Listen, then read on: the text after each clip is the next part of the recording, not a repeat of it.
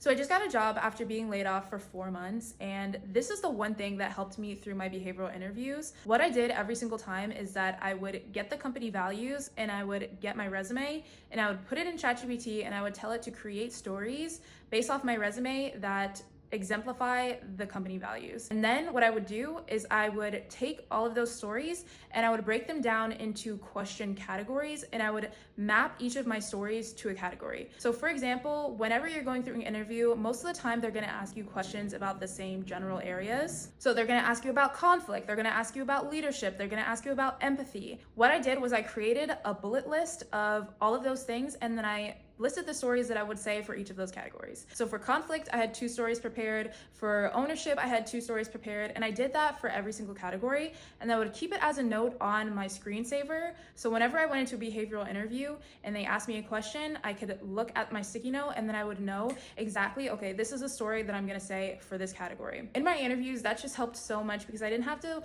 worry about memorizing, okay, what am I gonna say for this? I just looked at my note and I was like, okay, this is the story I'm gonna say.